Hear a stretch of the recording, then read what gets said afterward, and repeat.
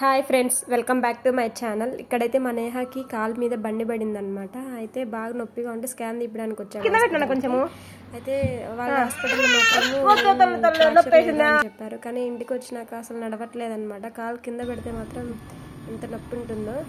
తర్వాత రోజు కాలు కట్టించాము అదే హాస్పిటల్కి వెళ్ళి. కట్టించినా కూడా అట్లా జోగాడితో అట్లా 2 వీక్స్ అయినా కూడా అసలు అట్లనే నడుస్తుంది, నడవలేకపోతుంది. జస్ట్ కొంచెం మళ్ళీ వేరే దగ్గరికి ఇక్కడ ఇతని దగ్గర తీసుకెళ్ళామన్నమాట. తీసుకెళ్తే కాలు ఫ్రాక్చర్ అయిందని చెప్పాడు అనమాట. బాగా ఇట్లా రుద్ది బాగా మసాజ్ చేసేసి ఒక చిన్న కట్టులా కట్టాడనమాట.